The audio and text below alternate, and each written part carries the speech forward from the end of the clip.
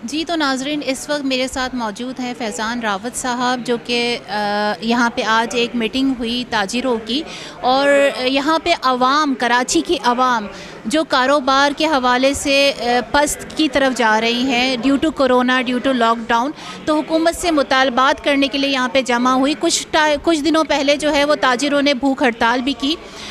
मैं मालूम करना चाहूँगी कि उसका क्या रिज़ल्ट रहा और मज़ीद और क्या सोचते हैं। एक और बात जो यहाँ पर तमाम ताजिरों ने मिल के जो है वो सोची, वो ये कि एक कमेटी बना ली जाए और जो है उस पर सब मिल के, उस प्लेटफॉर्म पे सब मिल के जो है वो बराबर काम करते रहें। तो इस हवाले से मालूम करते हैं। अस्सलाम वालेकुम। फैज़ान साहब, क्या कहेंगे जो ताजिरों के मसाइल हैं, लाइक के जो 2 दिन ऑफ आ रहा है। मैं 2 दिन इसलिए कहूँगी कि हम अगर पास्ट में देखें तो बहुत ज़्यादा लॉसेस हुआ है कारोबार का। तो अगर गवर्नमेंट जो है संडे को भी ओपन करती है मार्केट, जुमे को बंद है, 2 दिन जो बंद जा रहा है हमारा मार्केट का सिलसिला, दूसरा औकात कार जो है वो कम कर दिए गए हैं, तो क्या कहेंगे कि ताजिर को किन किन चीज़ों का, किन किन मुश्किलात को फ़ेस करना पड़ा है? औज़ुबिल्लाहि बिस्मिल्लाहिर्रहमानिर्रहीम। Faizan Rawat, general secretary all Karachi restaurant association. देखिए, पिछले 18 महीने में आपके सामने जो हालात गुजरे हैं पूरी दुनिया में, जो कोविड के मामलात रहे, बेशक कोविड अपनी जगह मौजूद है और सारी चीज़ें, इसकी प्रिकॉशंस भी लेनी है, सारी चीज़ें करनी है, लेकिन जो कुछ दुनिया ने किया वही हमने करना है। पहले मास्क, सैनिटाइज़र, तमाम चीज़ें यूज़ की गई। उसके बाद लोगों ने वैक्सीन आने के बाद वैक्सीनेशन पे अमल पे ज़ोर दिया। इस वक्त हम कराची में 50 to 60% लोग ऑलरेडी वैक्सीनेटेड हो चुके हैं। जब वैक्सीनेशन हो गई है तो बंद करने का जवाब पैदा नहीं होता, चाहे वो जुम्मा हो चाहे वो इतवार हो।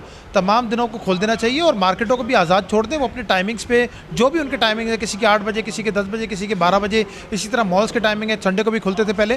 तो मईशत का पहिया चलाने के लिए तमाम चीज़ों को खोलना पड़ेगा। एक दूसरे से चीज़ें रिलेटेड होती हैं। हमारी इंडस्ट्री से भी 70 ऐसी इंडस्ट्रियाँ हैं जो डायरेक्टली और इनडायरेक्टली रिलेटेड हैं। हमारे यहाँ लाखों लोग काम करते हैं, लाखों लोग इनडायरेक्टली हमारे साथ जुड़े हुए हैं।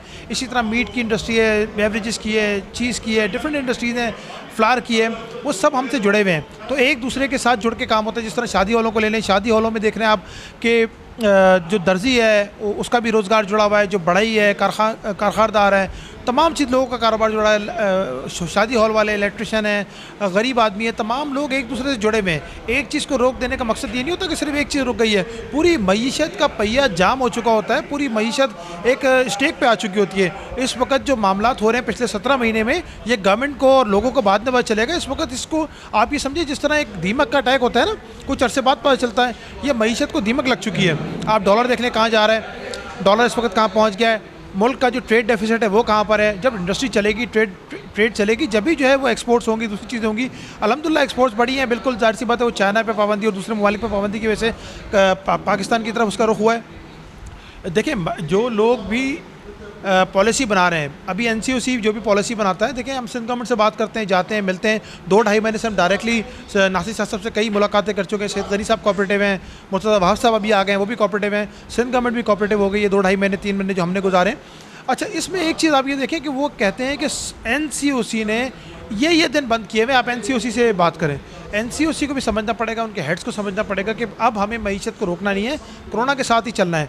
वैक्सीनेशन तमाम जगहों पे हो चुकी है। आप स्कूल में वैक्सीनेशन चेक कर रहे हैं, रेस्टोरेंट में वैक्सीनेशन चेक कर रहे हैं, ट्रैवलिंग में वैक्सीनेशन चेक कर रहे हैं, इंटरसिटी ट्रैवलिंग में वैक्सीनेशन चेक कर रहे हैं। आप तमाम जगहों पे वैक्सीनेशन चेक कर रहे हैं। एक सवाल ये भी उठता है कि आप रेस्टोरेंट में इतना ज़्यादा नहीं चेक कर रहे, लेकिन बाकी जगहों पे तो चेक हो रहा है ना। तो इसी तरह इस वक्त साउथ के अंदर, ईस्ट के अंदर 70% से ऊपर लोग वैक्सीनेट हो चुके हैं।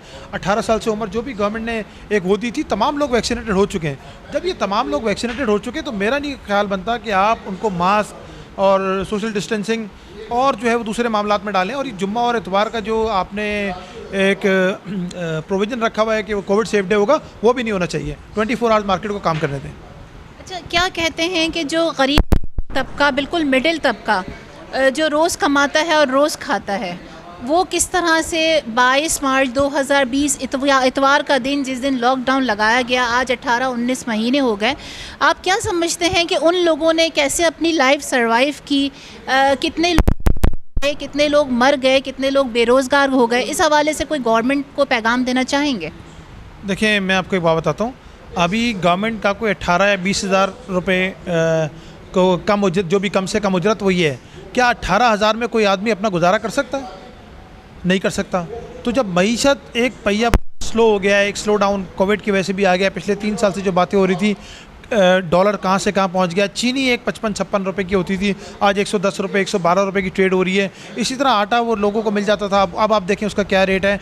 पहले जो है वो सपोर्ट प्राइस गवर्नमेंट की, सिंध गवर्नमेंट की कोई साल 2 साल पहले कोई जो 3200 रुपये या 2800 रुपये होती थी, अभी वो 5000 रुपये, पंजाब में 4500 रुपये। तो पूरी कम्युनिटीज़ में तमाम जगहों पर जो भी चीज़ें आम आदमी के इस्तेमाल की हैं वो सब हाई हो गई हैं। एक आदमी के 2 बच्चे हैं, वो स्कूल जा रहे हैं, उनकी क्या तरीक़ाकार है, स्कूल के यूनिफॉर्म कहाँ पहुँच गए, उसकी बाकी चीज़ें कहाँ पहुँच गई हैं।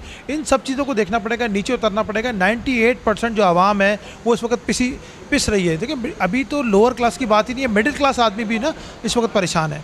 तो गवर्नमेंट को इस चीज़ के लिए सोचना पड़ेगा, लोगों को मौके देने पड़ेंगे, लोगों को काम के मौके देने पड़ेंगे, नए मौके जनरेट करने पड़ेंगे, स्मॉल इंडस्ट्रीज़ पे काम करना पड़ेगा, SMEs पे काम करना पड़ेगा, ट्रेड बढ़ानी पड़ेगी, ट्रेड डेफिसिट कम से कम करना पड़ेगा। वरना मैं डॉलर को और ज़्यादा ऊपर जाता हुआ देख रहा हूँ। मुझे ये 4 से 6 महीने में अल्लाह ताला रहम रखे, लेकिन ये है कि मुझे अफ़गानिस्तान की सूरत हाल और तमाम चीज़ों की सूरत हाल के बाद इस वक्त डॉलर मैं समझ रहा हूँ कि ये कोई 200 रुपये क्रॉस कर जाएगा 6 महीने में।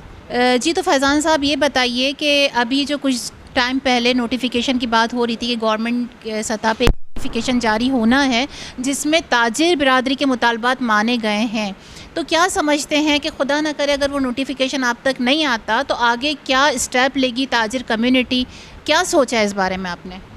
देखिए नोटिफिकेशन के बारे में आपको बताता चलो, इसमें 3 मुकम्मल लिया गया है। नासिर शाह साहब ने भी अपने एक बयान में एक TV को भी दिया है।